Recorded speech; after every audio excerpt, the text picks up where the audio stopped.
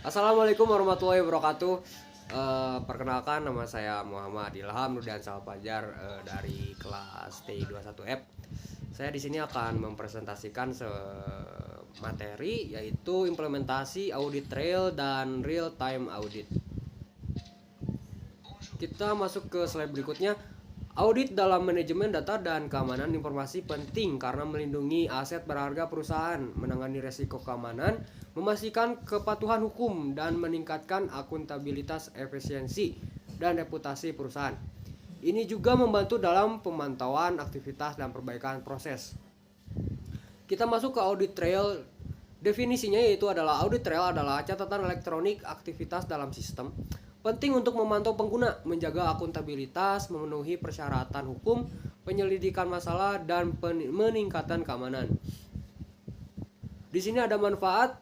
Dalam manfaat ini perusahaan perlu mengimplementasikan audit trail untuk yang pertama deteksi pelanggaran keamanan, kedua menegakkan akuntabilitas, yang ketiga memantau perubahan data, keempat memenuhi kepatuhan hukum, kelima memecahkan masalah dan insiden, dan yang terakhir meningkatkan keamanan sistem. Di sini ada contoh implementasinya. Saya ambil studi kasus sebuah perusahaan mengamankan data pelanggan dengan audit trail. Perusahaan yang mengelola data pelanggan sensitif mengimplementasikan audit trail untuk deteksi dini pelanggaran keamanan, meningkatkan akuntabilitas, pemenuhan regulasi industri, efisiensi penyelidikan insiden, peningkatan keamanan sistem.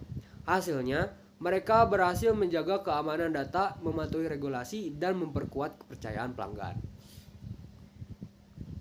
Selanjutnya adalah real-time audit. Real-time audit adalah pendekatan pemantauan yang memungkinkan deteksi dan respon instan terhadap aktivitas sistem, sedangkan audit trail tradisional adalah catatan pasif yang merekam aktivitas untuk pemeriksaan lebih lanjut di masa depan. Real-time audit berfokus pada deteksi cepat, sementara audit trail pada pencatatan dan analisis pasca kejadian.